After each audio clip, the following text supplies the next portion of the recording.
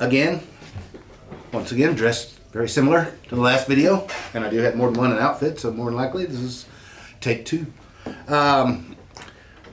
Today I want to talk a little bit about being an owner-operator, being a lease purchase driver, creating your own business, and what that requires. It's different than being a company driver. Everything that affects you, you're in control of. When we have people that we switch from company driver to lease driver, I tell them the biggest thing is fuel. The biggest thing is, it is a three-stage thing. Where do I buy my fuel? Did I get the biggest discount I could have gotten? Could I have gone up another 50 miles and got 10 cents more a gallon off? So it starts with buying correctly, because trucking's about pennies, so we got to think pennies. So you buy correctly. Once you leave that fuel aisle and you go to get back on the interstate, you need to take a mile or so to get up to road speed, because you can dump all your savings out the window thinking you're NASCAR and that you've got to be hitting 60 miles an hour by the time you hit the end of that exit ramp. You just need to gradually increase your speed and relax. I see people at the stoplights and tractor trailers and they're jumping, they're flooring it, and they're shifting, and they haven't gone anywhere, and they're not going to. It's just physics. They've got to get in those higher gears before they actually start moving at any speed. So they're just dumping that out, wasting their fuel purchases and all the other stuff.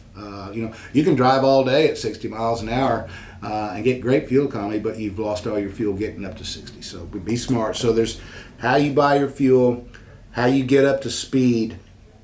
And the biggest thing is don't waste it. Don't sit there and idle that stuff away. And that's probably the hardest transition from a company driver that has this mentality, but not everybody, but a lot.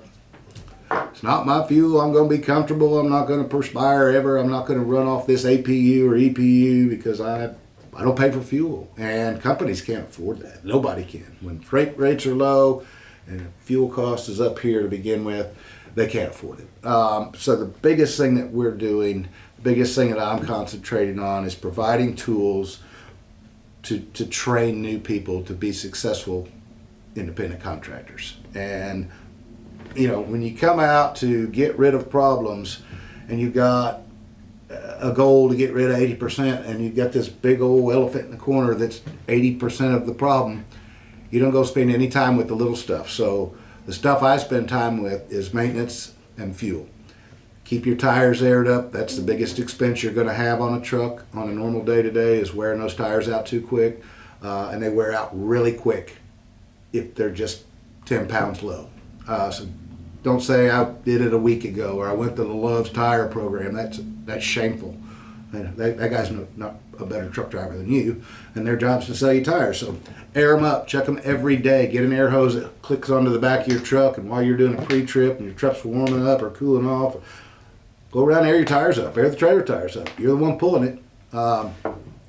So maintenance on that, and then idle time. Just don't waste that fuel.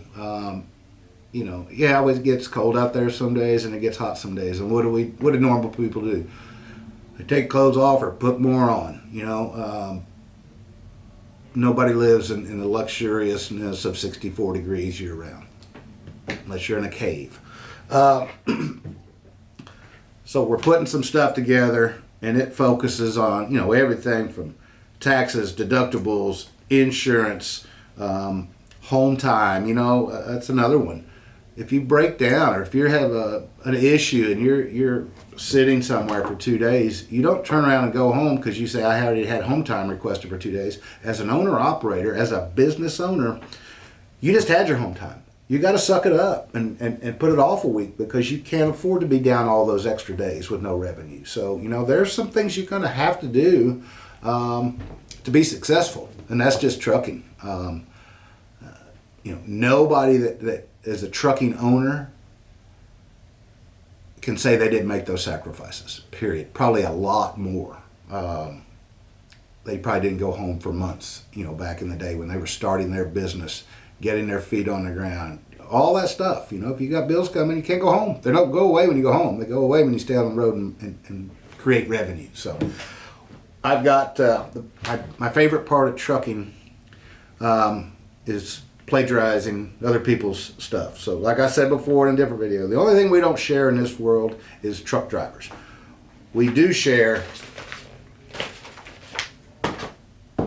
information on how to be successful, because everybody wants other people to be successful. They just don't want to do it with our drivers. So I'm going to be pushing stuff out there. We're going to teach you how to be successful, and it's the old adage of you can lead a horse to water, but you can't make him drink. So we're going to spend a whole lot of time putting the tools out there and educating you. I beg of you to use them for your own good, for your family's good. Take what we're telling you as the truth, because that's our only intention, is to make you successful. So we're telling you the truth, trust me. So look forward to it. And as always, call me anytime. Talk to me about your settlement. Talk to me about your cost per mile for fuel, or your cost per mile for maintenance, or your fuel purchase strategy, or whatever it is. It's pretty easy to see when we start looking at settlements and loads and home times and stuff, what created an issue, and we'll help you. Now I can point it out, but you've got to own up to it and say, yeah, I guess that was it. Because your success is our success. So thanks for being at Christenson. Let's get smarter together and keep on trucking. Thank you.